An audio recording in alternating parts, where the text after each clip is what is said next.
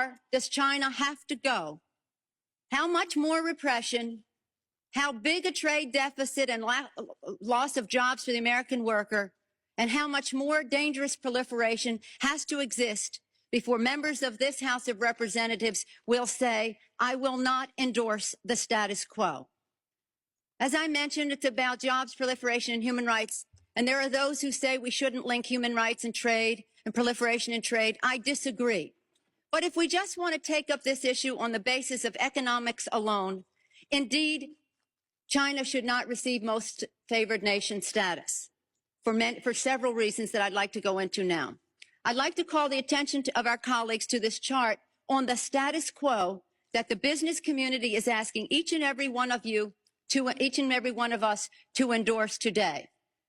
Right now, we have a $34 billion trade deficit with China, the 1995 figure. It will be over $40 billion for 1996. Since the Tiananmen Square massacre, this figure has increased 1,000%, from $3.5 billion then to about $34 billion now.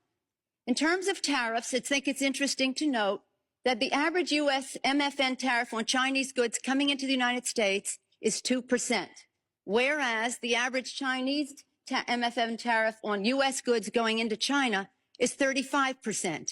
Is that reciprocal? On exports, China only allows certain industries into China, of U.S. Industries into China, and therefore only 2% of U.S. exports are allowed into China. On the other hand, the U.S. allows China to flood our markets with a third of their exports, and that'll probably go over 40%. And it's limitless because we have not placed any restriction. In terms of jobs, this is the biggest and cruelest hoax of all.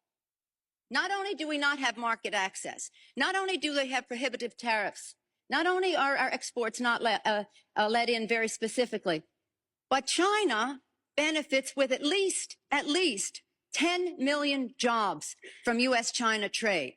The president, in his statement, requesting this special waiver, said that China trade supports 170,000 jobs in the United States, 170,000 jobs, whereas our imports from China support 10 million jobs at least. Fact is that U.S.-China trade is a job loser. And one of the reasons that it is because well, first let me just make another point, and that is that our colleagues on the other side of this issue will say the trade with China, exports to China have increased 3 times in the last 10 years. They have. But they fail to mention that exports